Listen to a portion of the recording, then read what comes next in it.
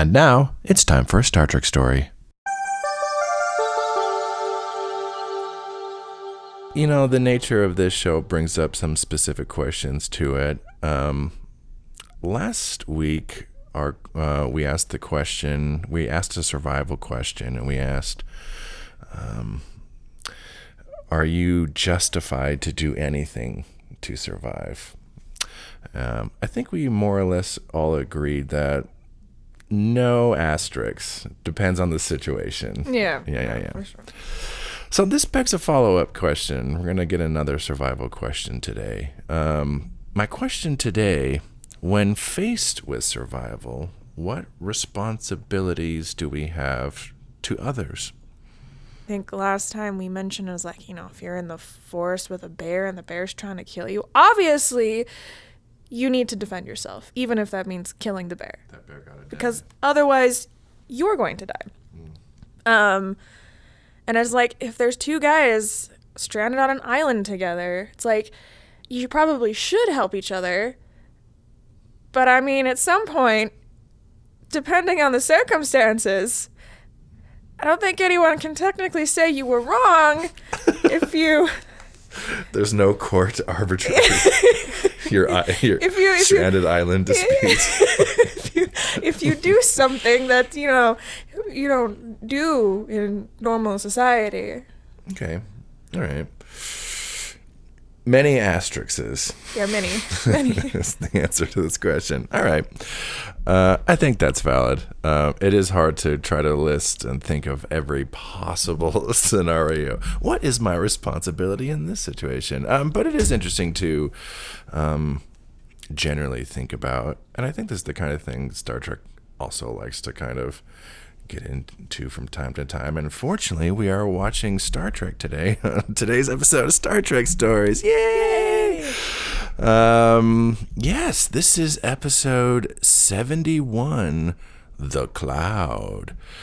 I, of course, am your answerable host, Jaron Hatch, and I'm joined here by my culpable co-host. Culpable? Aren. For what? Whoa! This podcast. What did we do, Whatever Jaron? happens here, you are also partly responsible. What did we do? When faced with podcast survival, what are your responsibilities as co-host? Oh, to myself, if you're giving me that look.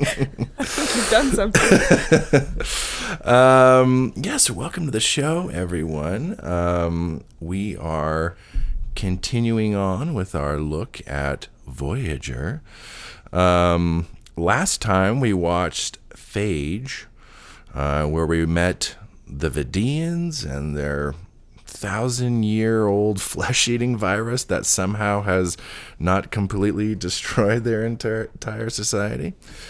And we get into some more survival shenanigans in this week's episode. Joining with us, we actually have a returning guest with us. Sitting in the captain's chair, back on the show once again, we have the very lovely Rachel Leonard with us. Yay! Hello! Welcome! It's great to be back. Yay! Welcome. Yes, how are you, Rachel? I'm doing great. I'm so excited to be here. Yay! It's been a hot second since you've been on. It's been a while. And you weren't even here for Star Trek when you were on. So in a lot of ways, this is also just your first time again on the podcast. I'll take it. We're redoing it. This is the first one. For those who don't know, Rachel is one of my good friends and former co-workers back when we used to work for Salt Lake County. Woohoo! Selling all the art ticks to all the peeps. All the people. We should also note that you were also for a time my boss. It was, but you were a great employee, so I enjoyed it. I had a good time. Gold star employee over here. Last time you were here, we actually watched The Batman. For Nerd Movies too. If I recall, we were mixed to positive as a group. Yeah, for the most part. On that one. I think a lot of us were pleasantly surprised Mm-hmm. because a lot of us had a lot of very low expectations going in. But yeah, it seems just kind of All right. generically positive, hesitantly positive. Some questions about Yes, some but lots of things. follow-up questions. I think the biggest criticism that most of us would agree on, I'm like, it is a bit long. It was a lengthy boy. That was a long for one. Sure. So like watching it and then talking about it, well, that was a long one. Yeah, but for all the millions of superhero movies and Batman movies, I'm like, all right, that'll do. Yeah, it wasn't a terrible addition to the franchise. It really wasn't. That's the best you can hope for in today's superhero culture. You're not wrong. That wasn't terrible, thank God. When last you were here, we talked a little bit about your nerddom. I always like to ask people when they come on. Everyone has their own little flavor and stripe of nerd. We talked a little bit about yours, particularly just how it pertains to superheroes because of, what we were watching. If, being more broadly than superheroes, if I were to ask you, what kind of nerd you are, what would you say? I know there's a few things you like. I know you like Broadway, you like fantasy, you like movies. How would you define your nerddom? Wow, why is that a very difficult question to answer? That means you're super nerdy. If that's I have how we're gonna so go. many fingers in nerd pies, Jaron. It is. I feel like I very much kind of dabble in a lot of different things, and that there's always something. And maybe that's just the ADHD in me of just like whatever I'm hyper fixated on at the moment, and then eventually I'll find my way back to it. But yeah, definitely, obviously, Broadway is a big part of my life. I've gotten really into like books and reading and that kind of stuff again the last couple years, which has been nice. So I've kind of delved more into that world. But yeah, just kind of very generic nerddom. Like I can usually find something Wide with net somebody. nerddom. Yeah, I can throw out a net and I can catch, 10 people that like something I like, or I can usually find something with somebody in common. Whether I know a lot about it is a totally different story. But usually I know kind of like a surface level Like a knowledge. generalist. And yeah, very generic. Like I can go to a comic convention and have a good time, and I can usually like identify cosplays, and I can have some sort of conversation and know the idea, like who people are. So very kind of blanket nerddom I've with read a couple lots specifics. of Wikipedia. Oh yeah, the articles. Wikipedia times. Yeah. Great. Now Yeah, I know what and I then need I kind to know. of and I've been like taught things, or I pick up on things like from my dad or my brother. Like my brother's really into fantasy novels, so I've kind of, by talking to him, I kind of have an idea of what that is, and so I've kind of picked up on things. But we're doing sci-fi. Where do you kind of fall on the whole sci-fi thing? I'd say not very newbie, but not quite intermediate. Like still very Kind of casual. Yeah, I still find very complex worlds difficult sometimes, unless I'm really focused on it or have some reason to get pulled in. So yeah, I kind of do like the easy to get into sci-fi, because I just haven't spent too much time with the genre to get used to kind of the world building. It's very specific. So yeah, so I've done kind of like the fantasy-esque, and I've kind of started moving more towards the sci-fi aspect. You're a Trek newbie. Very new, yes. When you up until very relatively recently had never seen anything until that musical episode of Strange New Worlds. Correct. Yeah, I never even saw like the Chris Pine movies, which is saying something for me because I adore that man. So I'd never gotten into it for absolutely no reason other than I just hadn't. And I didn't really have, I don't have many friends or family members that I see often that are like, let's watch Star Trek. It was never, my dad was very much a Star Wars kind of guy. And so that's kind of what I was raised with. But yeah, it's just never been for any other reason other than just I haven't. Yeah.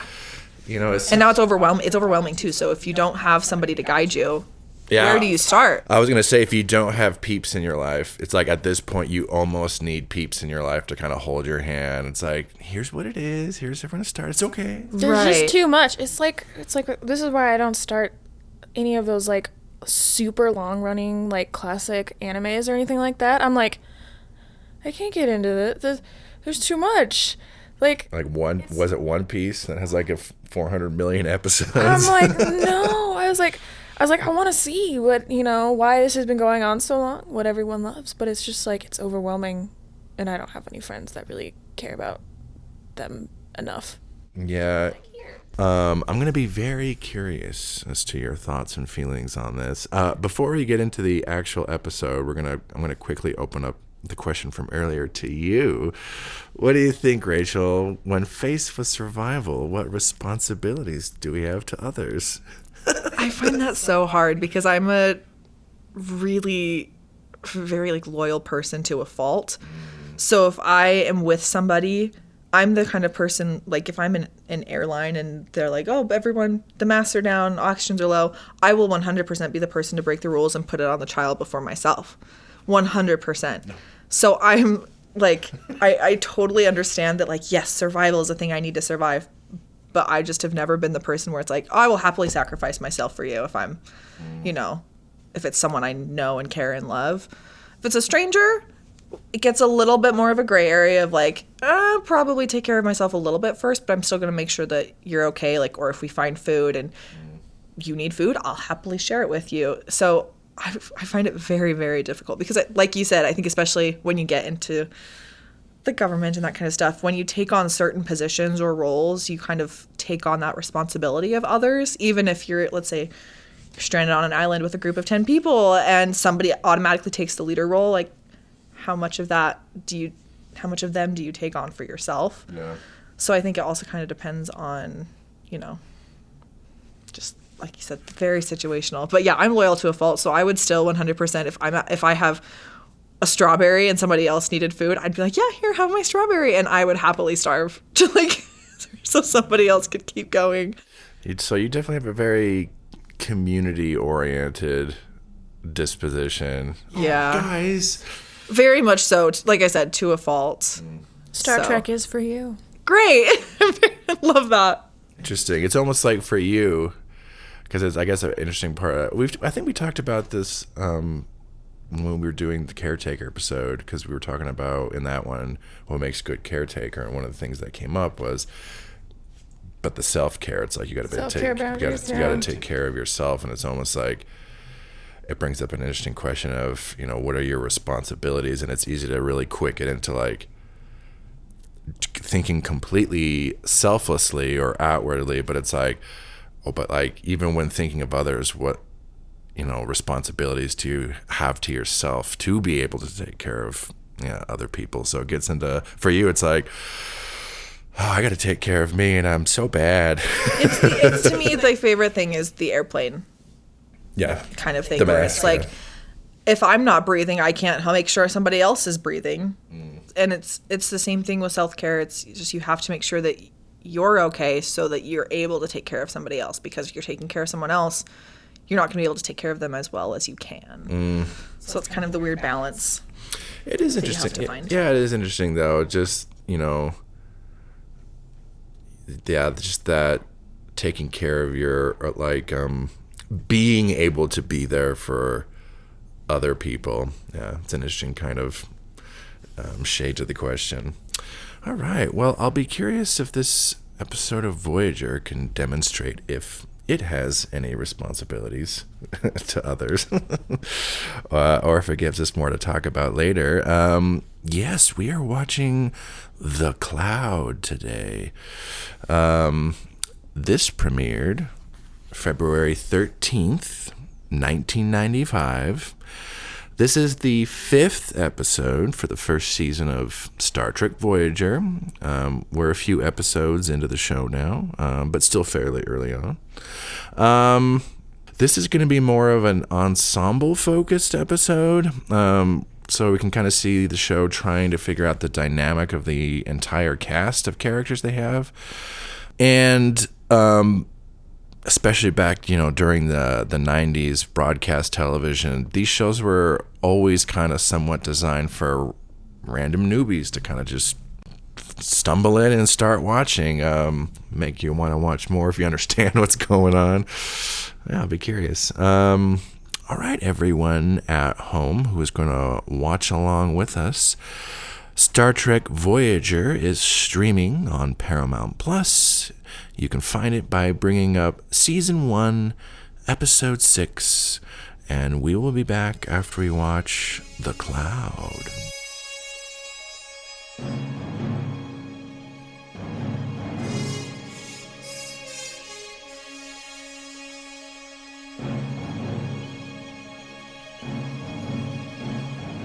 Do we have any coffee left?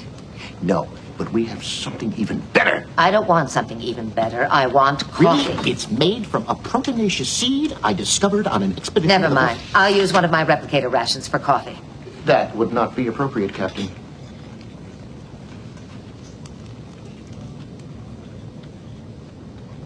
I beg your pardon.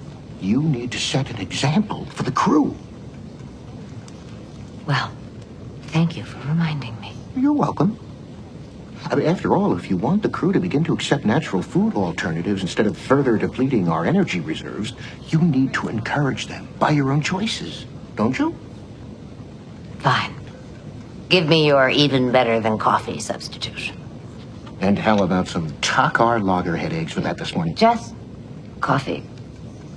It's a tiny bit richer blend than you're used to, but you'll learn to love it. Bridge to Janeway. On my way. Janeway out. Tomorrow, maybe.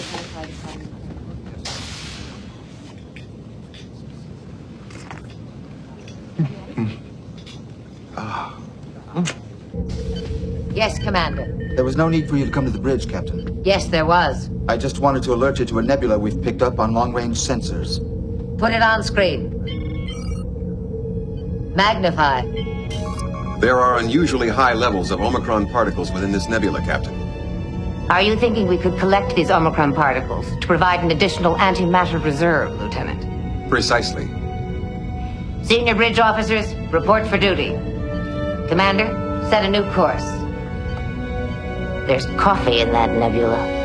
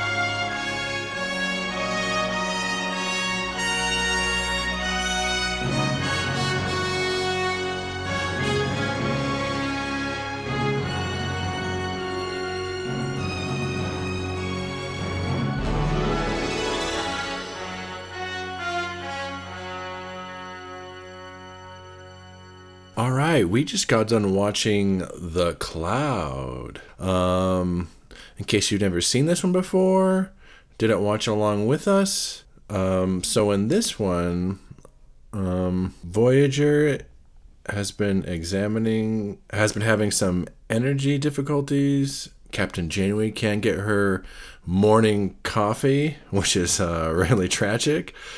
So they find this nebula that looks like they can get some needed energy from it, and they try to penetrate it and get in there, and it ends up all kind of going south, and then they bail out, having not gotten any energy, but later they figure out this is not a nebula, but this is a living being and a living entity, and they got to go back, and they realize that they've done damage to it, so they got to go back inside and figure out how to treat it and help it out when they lose even more energy in the process. So in the end, they walk away from this situation basically having lost like 20% of their energy reserves, and now they got to go find energy and way off course. And meanwhile, during all this, there's all this little like character interactions where Commander Chakotay is teaching Janeway about like spirit animal guides and helping her find her animal guide. And meanwhile, Tom Paris has created a French pool hall in the holodeck for them to hang out in. And also Neelix is having a hard time cooking during all this and is freaking out like, why do we have to do all this crazy stuff? Just lots of little side things going on. And during all this, Janeway is just kind of trying to figure out what kind of captain she needs to be for her crew, if she needs to be separate and distant or if she needs to be kind of closer and everything. So it kind of ends on this note of they invite the captain to the pool hall and she has a cute little moment. It's like, pool's the one with the pockets, and give me your stick. And then turns out to be a pool hustler. That's the note. They end on her not even looking at the ball. 8 balls, side pocket. And that's the note the episode ends on. We will start with initial thoughts. Rachel, initial thoughts on your first... Well, okay, not your first Star Trek episode, but I feel like in a lot of ways it's really your first. It really is. Star Trek 99% of the way. My captain is a badass. I adore her. She's so fun. Mm-hmm. Yeah, no, it was very interesting to kind of see... Because I don't watch a whole lot of older television. A lot of what I watch is like newer 21st century kind of stuff. So it was interesting to watch it and see all of these things that I've seen in modern day shows, or modern day episodes that were very, very similar. Like the whole time I was thinking of a very particular Doctor Who episode where they do something very similar. They think they have a sun that they pull energy off of, and then they find out that the sun is a real being that they have to then return the energy to. And so it's kind of interesting to see these older shows that kind of not necessarily originated, because I'm sure there are things before this that did the same thing, but current day, modern day television's still using the same things over and over again. And it's nice to see these original versions of it. The 90s. Yeah. The 90s version. Yeah. Also, Neelix, I adore him. So ridiculous. Poor man had a whole personality crisis this whole episode, and it was just like, and then I cooked and it was all better. Yeah. Somehow, while the ship is like out of control, everyone is you see that guy getting flung from like the railing. Somehow Neelix was cooking all this. He's over there rolling his little stuffed leaves.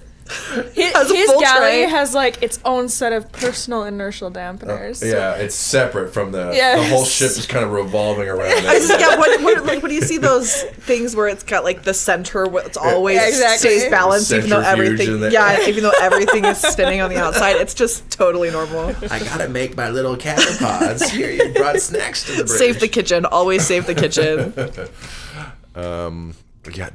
Those outfits of his this episode too, just the space tuxedos and everything, wacky, wild stuff. Mentioning her, I'm like, yeah, this is we've already extolled how much we enjoy Janeway on this podcast, but I was like, she was definitely a highlight for me watching this. I was like, she's just so vibrant, yes, and just in charge, but so much personality. Dismissed. That's Starfleet for get out.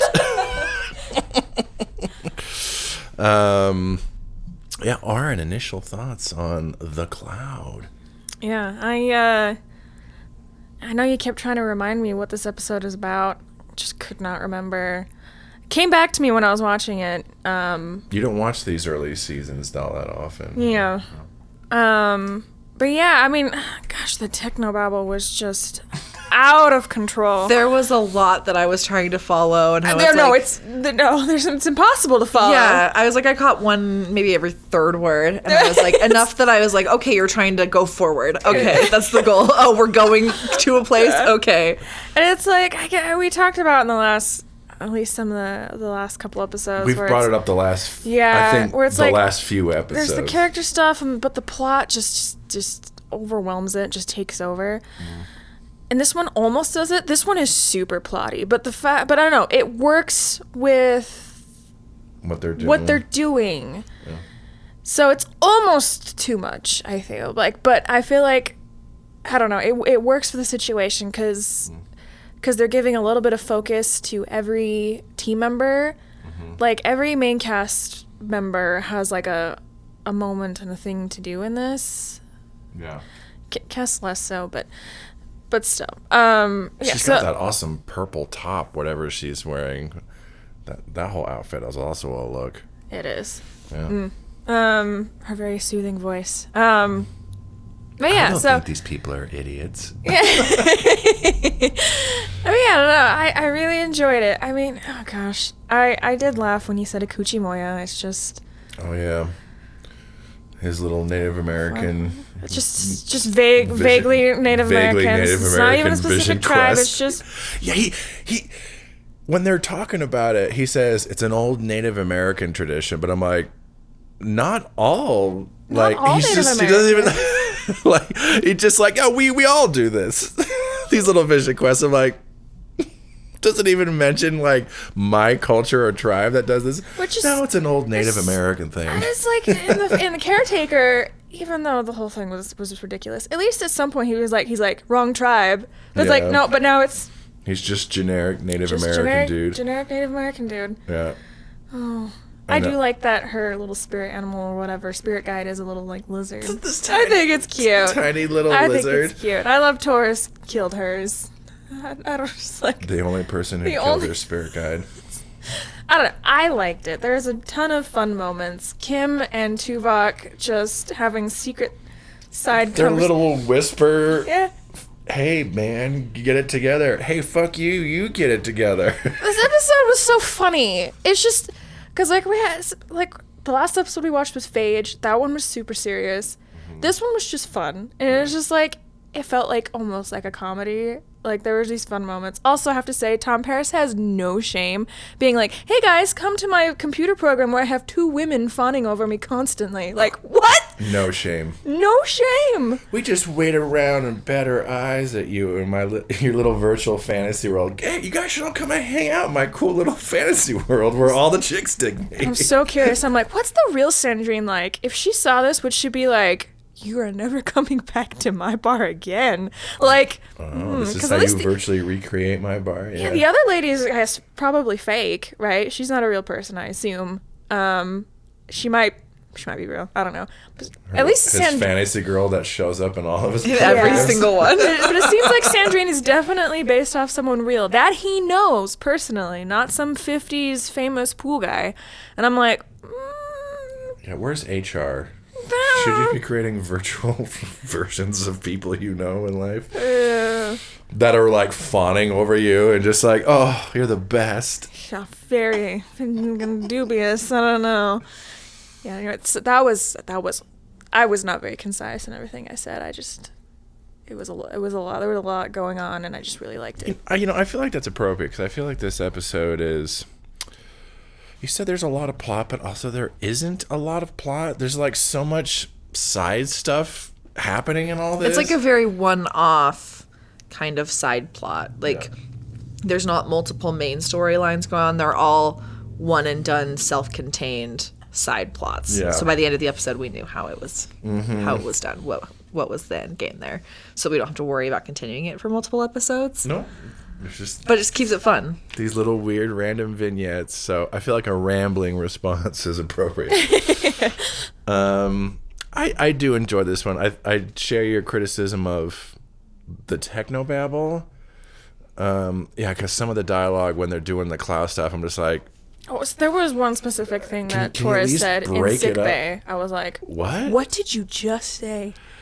Yeah, I'm just like, can you at least break it up a little bit with some real dialogue? Like, I'm just glad that wasn't something that was just my Oh. problem of like, I don't totally understand what's going on here. So as long as that's the normal reaction, I don't think the writers know what's Great. going on. we can kind of break it down a little bit. So we'll start with the main, because we've kind of been talking about the technobabble. We've been talking about the main A plot. Even though I feel like it's not really the focus of what this episode is about, but like everything with, so we get this story where Voyager discovers a nebula. We gotta get in there and like, it's a living creature and they fix it. It's like the main thrust of the plot. What do you guys feel about this idea? Does it, like, what about this works or doesn't work? I don't know. What do you guys think? Does this play?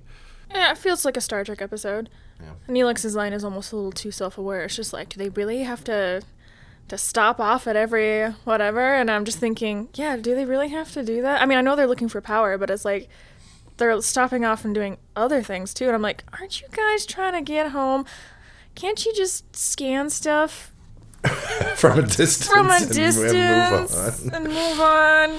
But anyway, yeah, I felt like it was very Star Trek plotty. It was like, Classic kind of Star Trek plot. yeah, this is actually an organism, Yeah. and we have to help it. Yeah.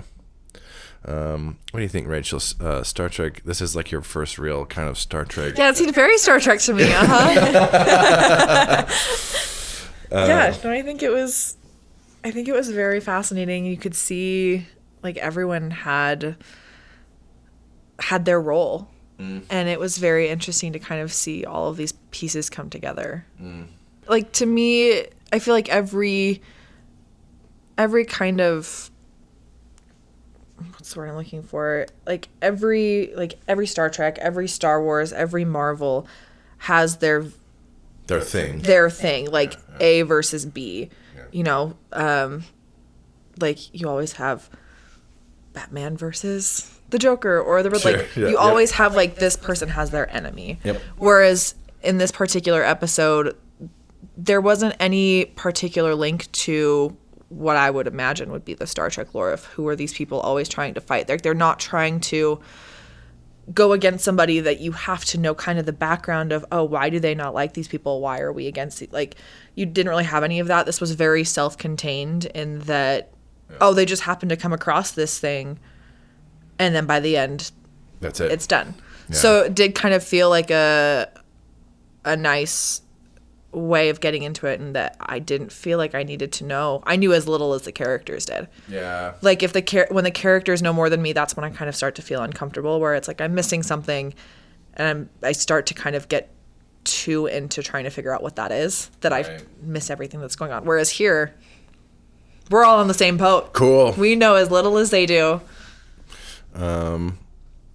Yeah, because, I mean, Star Trek definitely has a massive lore, and there are definitely episodes that are much more lore heavy and, like, you know, but I feel like this kind of thing is, it's like it's bread and butter, and it's much more situation, like it's a situation they come across and have to like solve, rather than like, Klingons are back. Yeah, the Klingons, or, you know, whatever. Exactly. I mean, like, there is that, but I'm like, this is more of what you get week for week. It's like they come across this random thing, and they kind of have to like, oh, what do we do? Which I think is in a lot of ways really smart for like a broadcast TV show week after week, because you can kind of create a lot of these scenarios where anyone can just kind of jump in and real quick. Like, I mean, we gave you a little rundown of Voyager. Do you feel like, though, this did a good job of kind of like being pretty friendly to like a newcomer? Yeah, for sure. Like if I had just happened to have turned this on one day when watching TV, and I, you know, caught it from the beginning of the episode, I'd have an idea of what was going on, and I wouldn't feel like I was missing anything crazy. There were some things that you told me about, you know, how they were flung to the edge of the universe, and you know, they were fighting these guys, but now they're all on one team. That I didn't need to know that to watch this episode, which is so nice. And you don't see that a lot with current streaming shows. It's a very different type of writing where it was meant to be watched one or two at a time rather than sit down and binge watch the whole thing. Yeah. You're meant to come in halfway through. And you get that even with like sitcoms from the 2000s. Right. Like you can watch any episode and they'll be like, oh yeah, I broke up with this girl. And then they'll do a quick little 30-second rundown of the whole relationship. And then they're right back into it. Back so into it, yeah. know exactly what's going on. So I felt like I was really able to jump in not knowing anything. Yeah. Even with the last 4 or 5 episodes before this, like this isn't that far into the show. I still felt like I didn't need to know anything. Going in, because it did a pretty decent job of explaining like, oh, she's very obviously in charge, like, and then just went from there. I feel like there's a lot of, I mean, there's definitely the techno babble and everything, but I still feel like there's a good kind of show don't tell where this episode's really good at kind of helping help you under, like, this is the, without having to be like, this is Captain Janeway and she's walking, that all the characters, I feel like they, and everything, that you get a good sense of kind of like who these people are, what this kind of world is, without having to like sit you down and like, and here's who this character is and this is what their thing, like you're able to just kind of be like, oh, okay, I got it. Well, it was nice because you would meet them in their own day-to-day lives. You know, the first time we met was it Paris and the other one, they were just eating, like, and then you got this whole thing of, oh no, you don't invite the captain to sit with you, and that's how you know she's the captain. Like, it's all built in and it's all very natural because you get to meet them, and then 5 minutes later you get to see them doing their job and you kind of have an idea of where they fall and what they do without needing the full narration. Yeah. It comes very naturally in the plot. Yeah. Which I think is exactly what it needed to do. Yeah, and I think for me that's the best part of this episode. Like the sci-fi plot of it all is kind of like, okay, it's definitely very Star Trek-y. I think they could tone down the technobabble a little bit. It's like, because there are a couple scenes where it feels like 2-3 minutes of straight technobabble. You're like, wow. Wow. But I think a lot of those characters, the character moments really help at the very least get you invested into the, so you can focus at the very least on like the emotional reactions during all this, and just kind of like, yeah, the techno babbles, whatever. But it's like, because we see the scene with like Paris, with Kim or whatever, when you see them doing their business stuff, you still kind of have like, okay, Kim's the kind of like, he's the naive, he's the new kid on the block. Like you really do get an idea of who the characters are, not just what they do in relation to the story, but who they are as people. Yeah. I think that helps a lot with all the, because I think if they didn't, because I feel like the focus of this episode is mostly on all the character stuff, and I feel like if the ratio were different, where there were more focus on the sci-fi plot, then I think the story would start to get into trouble. Because I think all those character things is what gives you the thing to latch on and to even care about like what's going on. Right, like the guy that flew over the banister. Sorry, bro, but if like Kim had gone over the banister, I would be weeping. No! Yeah, it said it's just Lieutenant No Name. Exactly. Falling over. I like it because all the character moments, you get so many different pairings. You get Janeway and Neelix, you get Janeway and Chakotay. You get a little bit of Janeway and Kim. You even have that moment between Janeway and Paris at the helm. And then you have B'Elanna and the Doctor. Oh my, the Doctor's a bitch in this episode. He was sassy. I was so here for it when he's waving his arms like, hello, pay attention to me. I have something to say. He's like, well, you guys didn't turn me off, so I checked you and you guys are doing it all wrong. I don't know. That's your problem. Doctor out. He's gone. All right, yeah. And then you have Kim and Paris. You have Kim and Tuvok. Yep. And then you have Neelix and Cass and Neelix and Jen. Yeah, lots of little character pairings and all this. Yeah. Yeah, that's all really, and I feel like that can be really, because this was like 45 minutes, and that can be really hard to balance and not get lost with all these characters. But I feel like for me, the strength of the episode is just like all of that stuff. I feel like they do a really good job of, because there's so many different little tangents going on, but I'm like, I am right there with it through all of it, and because you get like, they establish these two characters and these two characters, and then suddenly they're kind of all branching off. I'm like, I'm still with it. Like, nicely spun web. Yeah. Well, and it was interesting too because they built it into the plot of, oh, we're not going to do this until like 1300 hours. So we've got time because X person has to do their research before we can do anything. So they built it in of like, oh, we have time to kill. Yeah. So let's dive into these other side plots. Yeah. What do you think they're trying to like say with this? Both with like, on one hand, the sci-fi trying to help this thing, and on the other hand, all the character little dynamics. I don't know. What do you think they're trying to do or explore here with this? I kind of just explain how the ship is going to work now in this new setting, and where everyone's place in that is, and how they're figuring it out together, how it's going to work. And because they're explorers and out here in this unknown place, they're going to meet unknown things. And so seeing it through the lens of like, oh, we've just come across this unknown thing while we're in this like brand new setting. I don't know. I feel like it all just like, this is how like we're going to be seeing more of these kinds of things. And it's just like, we need to find our place and how we're going to interact with each other and all the people that we can go to help figure things out for specific things. I don't know if that made sense. But. Yeah, I mean, there's it still feels pretty early, and they're setting all this up, so it helps you kind of. It's a good little thing to help kind of establish how they're going to handle all this and how they're going to deal with it all together. Yeah, it's like, how is problem solving going to work on both a like mission level and a interpersonal level, and perhaps a level where it's both of those together.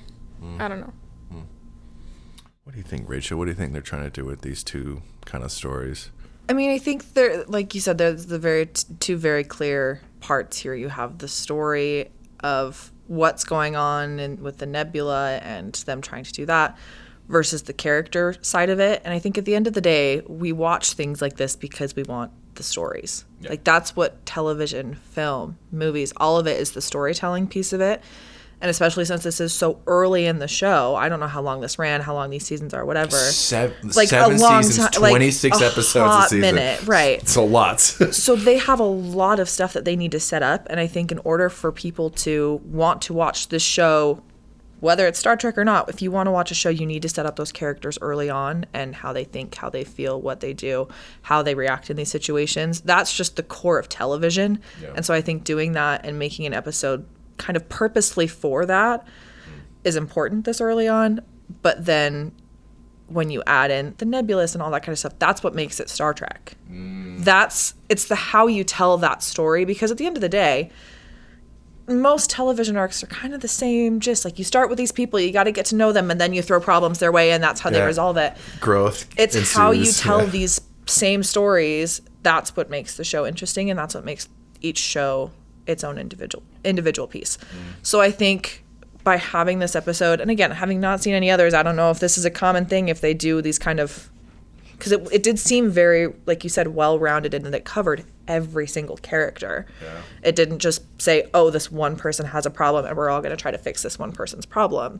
No, everybody was touched on and had a moment. Even these characters, like you said, like the Neelix's friend, who was there for a whole one scene, 30 seconds. Like, but we still got to know a little bit about her.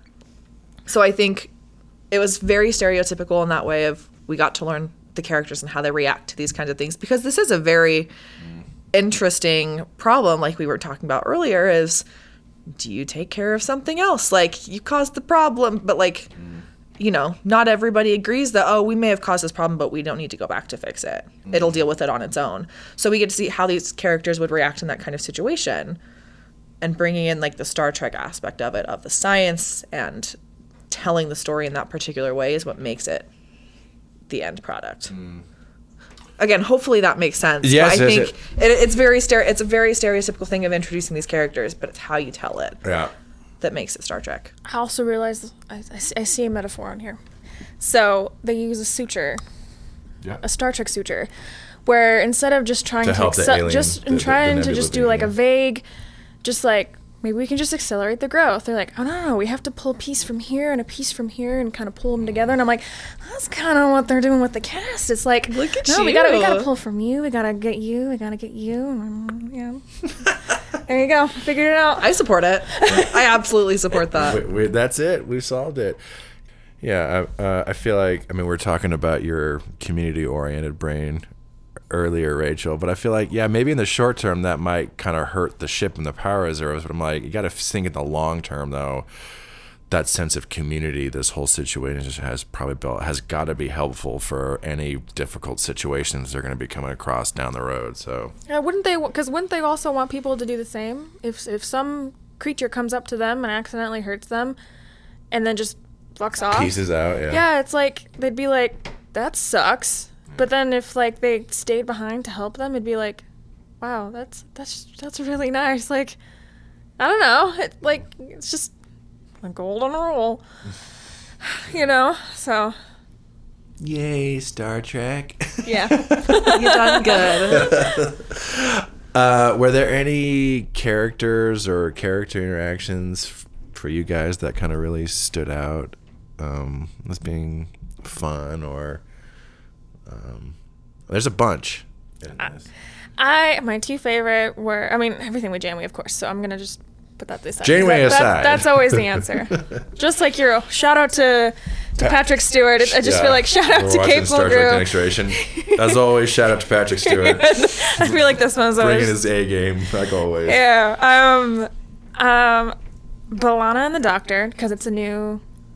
Yeah, we haven't seen It's a them paired new off. a new Yeah. kind of interaction, Yeah. and they're both more like brusque people. I don't know. Very bristly towards each Yeah, other. and so it was fun to see them work together, but also like when he made that like offhand remark, I was just like, you were so close, and she's like, But anyway, that was fun. And then just Kim and Tuvok, you got this like really experienced older Vulcan. And then you have the Little ensign Harry the little Kim. ensign just out of the academy or whatever. I don't know, and they're just having their stupid They're snarky just their little conversation. asides. Yeah, Hey, it's bro, calm down. it's cute. Yeah. And I don't know. I liked those too. I think because I think they're new-ish Yeah. for the show. Yeah. So What are you, Rachel? Any? That one was one of my favorites when they're doing their little asides. I was like, I love that he was so kind to try to be like, you may not want to do that. You may just want to, keep that to yourself. It's going to scare people. And he was like, bet I'm going to, you know what? No, I'm going to make fun of you for trying to be nice to me. Like, it was just something about the way that he said it back was just so funny. And you could tell it caught the other guy off, like, just so off guard.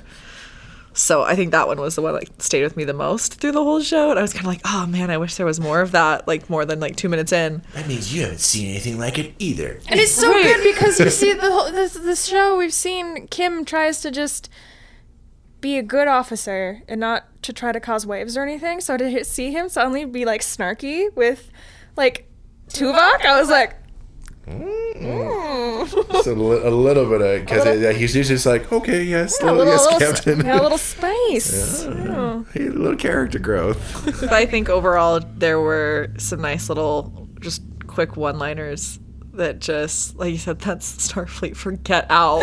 Get out. Just little one-liners throughout the whole thing that were just very satisfying. Mm-hmm. So I think some of the stuff I like in this, even though I feel like we've got here too quick, because we've already been critical about so Janeway and Chakotay, because in the first episode, Chakotay is literally who Janeway's chasing down, and they get in this situation. So there's in the first episode, there's this kind of antagonism. But then real quick, once they have to like join the cruise together, he's like, cool, I'll be your first officer and I'll be your best friend. It's like, oh my God, this all happens so fast. They're already just like leaning towards each other with their faces right next to each other going, I know, kiss already. the speed of which we've gotten to this point aside, I do like their interactions in this. It's so adorable because it's like it's the captain and her number one, but they're having these like, again, I can't speak to, because we've already talked about how some of the Native American representation in the show is how essentially their advisor was a total fraud. And so they were just doing this made up bullshit, generic Native American stuff. Again, that aside, it is cute to see her engage with it, and when she's in it and like her little vision quest and she sees the lizard, you just see how she's like, oh, I do see it, and she's so excited about it. So I think that's what stands out to me is like their little dynamic in this feels so like wholesome and just like, oh, because she's having this like, do I reach out to people? What do I do? But then like her first officer kind of shows up. He's like, let me be here for you. And you can see how like meaningful that is for her and how that even makes her want to engage with her crew. All right. I think we'll wrap it up. Rachel, final thoughts on The Cloud? I really enjoyed it. I had a good time. I was laughing. I had a great time, really. Good first Star Trek It was experience. A great first Star Trek experience. I really feel like it was a really good introduction. Yay, job well done. We can cancel the podcast. That's it. If check. Even we bring one more person into the fold, we've done our job. Aren, final thoughts on The Cloud? For an episode I had basically completely forgotten and then kind of remembered once I watched it, I really loved it. Yay. I thought it was great. Really loved it. I wouldn't change a thing. I will endeavor to remember this episode. It would help if they had better titles, but The Cloud. Yeah, it's Okay. a little. I mean, yeah. I feel like there's multiple clouds in this show. There's a lot of Which one? there's a lot of Nebula Cloud episodes in Star Trek. This is the Cloud Nebula episode. I also enjoyed this one. If I had any notes, I would be like, if you guys could somehow trim down the technobabble just a little bit, I would almost have no notes. It was silly, but it was kind of exciting. Yeah. I don't know. I mean, that guy fell off the banister. Somehow didn't die. I'm like, that guy's got a broken neck. I'm sorry. No injuries. Yeah, our major rewrites for this, we were actively, as this episode was going, it's like, what kind of harnesses or safety control can you like? Gravity boots. Can you kind of like a little Just like give me some sort of safety precaution. Carabiner in. Like, OSHA would have a heyday on this ship. Well, all right, everyone. Thank you so much for tuning in for The Cloud. We hope you enjoyed our coverage of the episode, if not the episode itself. Next time we are going to be watching Prime Factors. This will be fun. This is one of the classic Star Trek Prime Directive episodes, but this one gives an interesting spin on it. So I think this will be a fun one to watch, and we will be having a new friend on to talk about that one as well. Lots of fun stuff.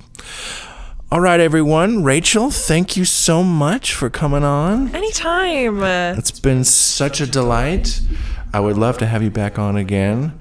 Listen, don't threaten me with a good time, sir. My. And Aren, as always, thank you for being my co-host to this silly little Voyager journey. Of course. All right, everyone at home, thank you so much for listening. Next time, Prime Factors and a new friend. And we will see you all next time, hopefully not flying off a banister during crazy nebula shenanigans. Somehow not getting your neck broken. All right, everyone, bye.